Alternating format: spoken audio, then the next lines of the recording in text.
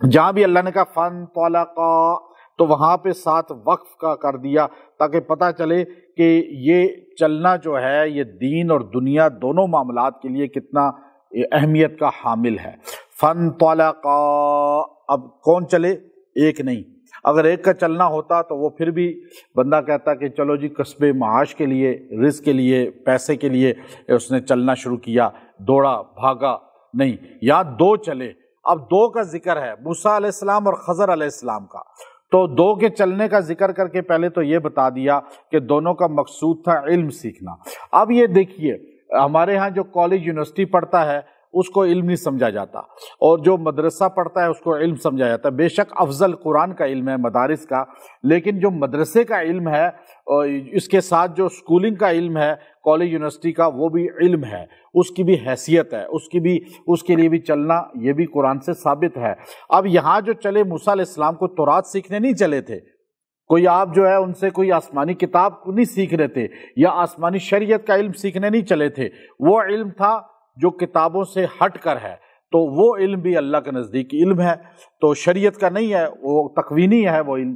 تو وہاں پہ فرمایا حتیٰ، یہاں تک کہ چلتے چلتے چلتے اذا جب عطایا آپ دونوں پہنچے اہل قریۃ ایک بستی میں، ایک پہلے تو آپ سمندر سے نکلے دریا سے، پھر آپ اس کے بعد جو ہے آگے ایک چھوٹی سی بستی میں داخل ہوئے، پھر آپ ایک بڑی شہر میں بڑی بستی میں داخل ہو گئے، اور وہ بڑا کوئی شہر تھا، اور اب کون سا شہر تھا؟ اہل قریہ، وہ بڑی قریہ بستی کو کہتے ہیں جو ڈیولپ اور بڑا شہر ہوتا ہے کسی بھی ملک کا۔ تو اب یہ ابن عباس رضی اللہ تعالیٰ عنہ کے نزدیک انطاکیہ ہے، اور اسی کو جو ہے ابن سرین رحمۃ اللہ علیہ جو تعبیر الرؤیا کے بڑے ائمہ میں سے ہیں، تعبیر الرؤیا ان کی کتاب بھی ہے، تو وہ فرماتے ہیں کہ یہ ایکا ہے، ایکا وادی ایکا جو ہے، تو یہ عرب ہی کے اندر ہے یہ۔ تو اس کو علامہ قرطبی رحمۃ اللہ علیہ نے لکھا کہ اس سے مراد جو ہے وہ اندلس کے شہر ہے، اندلس کے وہ شہر تھا، افریقہ کے اندر ہے یہ۔ خیر آپ جب چلے تو چلتے چلتے جو ہے آپ ایک شہر میں پہنچ گئے، اور آپ دونوں کو بھوک لگ چکی تھی۔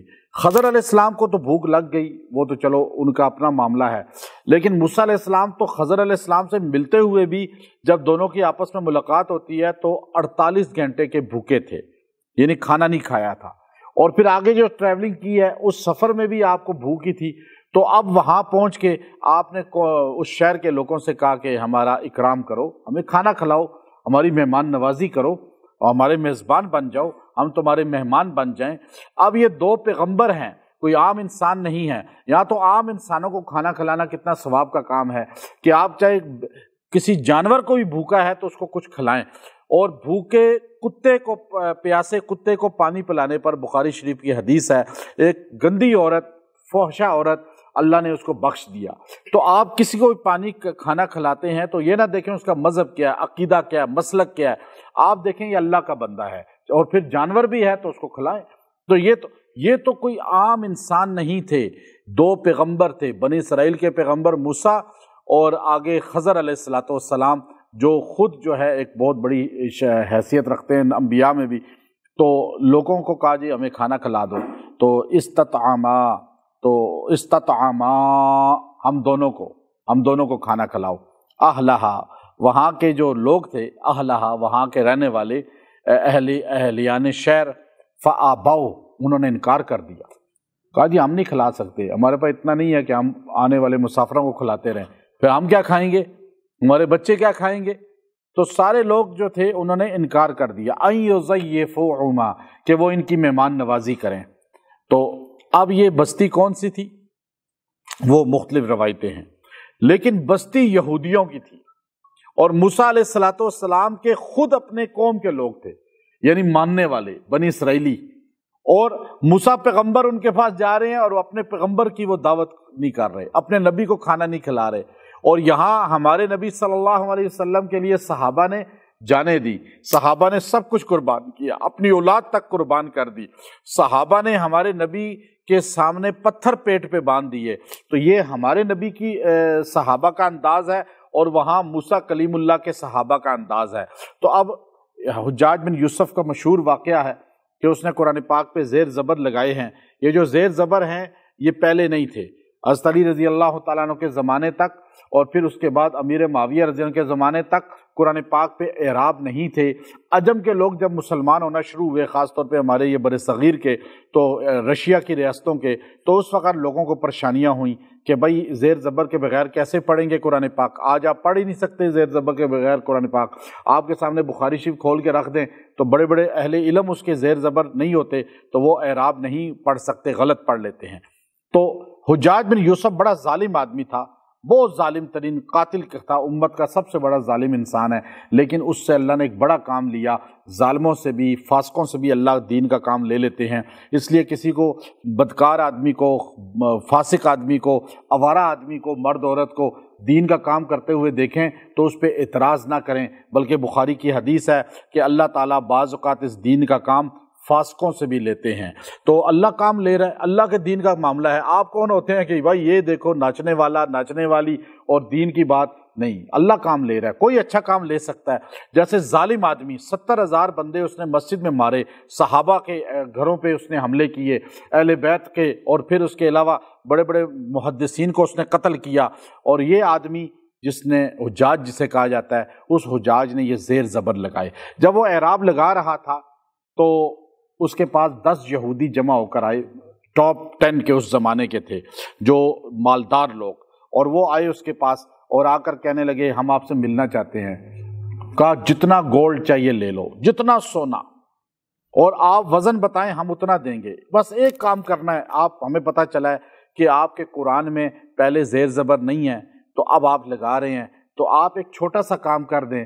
ہم یہودی قرآن کو پڑھتے ہیں، قرآن پہ ریسرچ کرتے ہیں، ہمیں پتہ ہے قرآن پاک میں ایک لفظ ایسا ہے کہ ہمارے نسلیں بھی شرمندہ ہو رہی ہیں اور ہوتی رہیں گی، ہماری نسلیں شرمندہ رہیں گی کہ کیا، کون سی جگہ ہے، کون سی بات ہے، کون سا جملہ ہے جو تم شرمندہ ہوتے ہو۔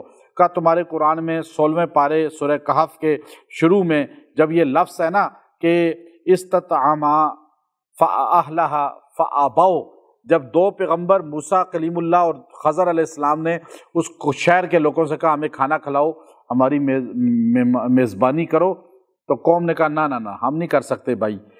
شہر والوں نے انکار کر دیا کھانا کھلانے سے، تو وہ شہر یہودیوں کا تھا، ہمارا تھا، اور نبی بھی ہمارے تھے، موسیٰ کلیم اللہ۔ ہمارے بڑوں نے غلطی کی ہے لیکن ہمیں شرمندگی اٹھانی پڑ رہی ہے، تو ہمارے بعد ہمارے چھوٹے بھی شرمندگیاں اٹھاتے رہیں گے۔ تو آپ ایک کام کریں، اباؤ میں جو با کا نقطہ ہے نا ایک، وہ نیچے سے اوپر لے آئیں اور ایک نقطہ خالی بس آپ اضافی لگا دیں۔ ایک نقطے سے کیا ہوتا ہے، ایک نقطہ اور لگا دیں، یہ ہو جائے گا فَأَتَوْا، کہ انہوں نے ان کو عطا کر دیا کھانا، یعنی دے دیا کھانا۔ بس ہماری شرمندگیاں ختم ہو جائیں گی اور آپ کا کام ہو جائے گا، ہمارا بھی کام ہو جائے گا۔ آپ کو خزانے میں پیسے کی ضرورت ہے، گولڈ ہم دیتے ہیں۔ بولی لگانے والے، یہ قوم شروع سے بولیاں لگاتی ہے اور مسلمانوں کو خریدتی ہے، لیکن حجاج اتنا فاسق ہو کر بھی اس نے قرآن کے ساتھ جو ہے دھوکہ نہیں کیا، اور وہ اندر چلا گیا، ہاتھ اٹھا کر کہنے لگا اللہ میں بے شک ظالم ہوں، غلط ہوں، بہت سی غلطیاں کرتا ہوں، لیکن تیرے قرآن کو نہیں بیچوں گا، اور تلوار لے کر آیا، 10 کے 10 یہودیوں کو اسی وقت قتل کر دیا۔ یہ ہے قرآن پاک سے تعلق اس کا۔ تو یہاں پہ فَأَتَوْا نہیں، اس نے کہا نہیں أَتَوْا ہے ہی نہیں، فَأَبَوْا ہے، أَتَوْا ہو ہی نہیں سکتا۔ آج تک یہودی شرمندہ رہے ہیں اور رہیں گے۔ موسیٰ علیہ السلام آگے گئے تھوڑا سا، انہوں نے کھانا نہیں کھلایا، تو آگے دیکھا ایک دیوار گری ہے نیچے، آدھی صحیح ہے، آدھی ٹیڑھی ہو کے آدھی گر چکی ہے اور آدھی جو ہے نا گرنے کے قریب ہے۔ یرید ان ینقض، اور وہ چاہتی یہ ہے، یعنی قریب یہ ہے کہ وہ گر جائے، ان ینقض، وہ گر جائے۔ فاقام، حضرت خضر نے اپنے ہاتھ یوں کیا تو وہ دیوار بالکل صحیح ہو گئی، یا اپنے ہاتھ سے محنت کی۔ موسیٰ علیہ السلام کو کہا بھائی یہ مجھے مٹی دو، اور گارے سے وہ دیوار دوبارہ سٹ کر دی، اور موسیٰ علیہ السلام کو بڑا غصہ آیا۔ موسیٰ علیہ السلام 3 مرتبہ بولے نا، اور انہوں نے کہا تھا کہ اب اگر میں بولا تو بس ٹھیک ہے، جدائی، اب ایک موقع دے دیں۔ پہلا ابن کثیر رحمۃ اللہ علیہ تفسیر میں لکھتے ہیں کہ در منصور کے اندر بھی یہی ہے، تفسیر در منصور میں، کہ پہلا آپ جو بولے وہ بھول کے آپ نے کہا یہ کیا کیا آپ نے کشتی کو، اور دوسرا جو آپ بولے وہ شرط کے لحاظ سے، آپ نے بچے کو کیوں قتل کر دیا؟ تیسرا جو آپ بولے وہ قصدن، جان بوجھ کر یہ سوال کیا۔ اب آپ نے کہا، موسیٰ علیہ السلام نے قال لو شئت لاتخذت علیہ اجرا، آپ چاہتے تو ان سے تنہا لے لیتے، یہ اجرت لیتے۔ آپ یوں دیوار سیدھی کی اور چل پڑے کپڑا لے کر، نہ آپ نے ان سے کہا کہ بھائی مجھے معاوضہ دو، نہ اس شہر والوں کو آپ نے کہا کہ بھائی دیکھو تم لوگوں نے ہمیں کھانا نہیں کھلایا، ہم نے تمہاری دیوار سیدھی کر دی۔ آپ نے اتنا بڑا کام کیا اور ان سے لیا بھی کچھ نہیں۔ قال ھذا فراق بینی و بینک، کہا یہ اب بس میں اور تم نہیں ساتھ چل سکتے۔ سأنبئک بتأویلی، میں اب تمہیں بتاؤں گا تعویل ساری باتوں کی کہ یہ سارے کام کیوں کیے ہیں۔ ما لم تستطیع علیہ صبرا، لیکن تمہیں استطاعت نہیں ہے صبر کرنے کی، آپ نے صبر سے کام نہیں لیا۔ میں بس اب آپ کو چھوڑوں گا اور آپ کو سب باتیں بتاؤں گا جو ہو چکی ہیں کہ ان کا تعلق ایک تکوینی عمل سے کیا ہے، عالم بالا سے کیا ہے، یا علم لدنی کے ساتھ کیا ہے، اللہ کے نزدیک کیا ہے۔ یہ بات کر کے وہاں سے آپ نے اپنی تعویل کرنی شروع کی۔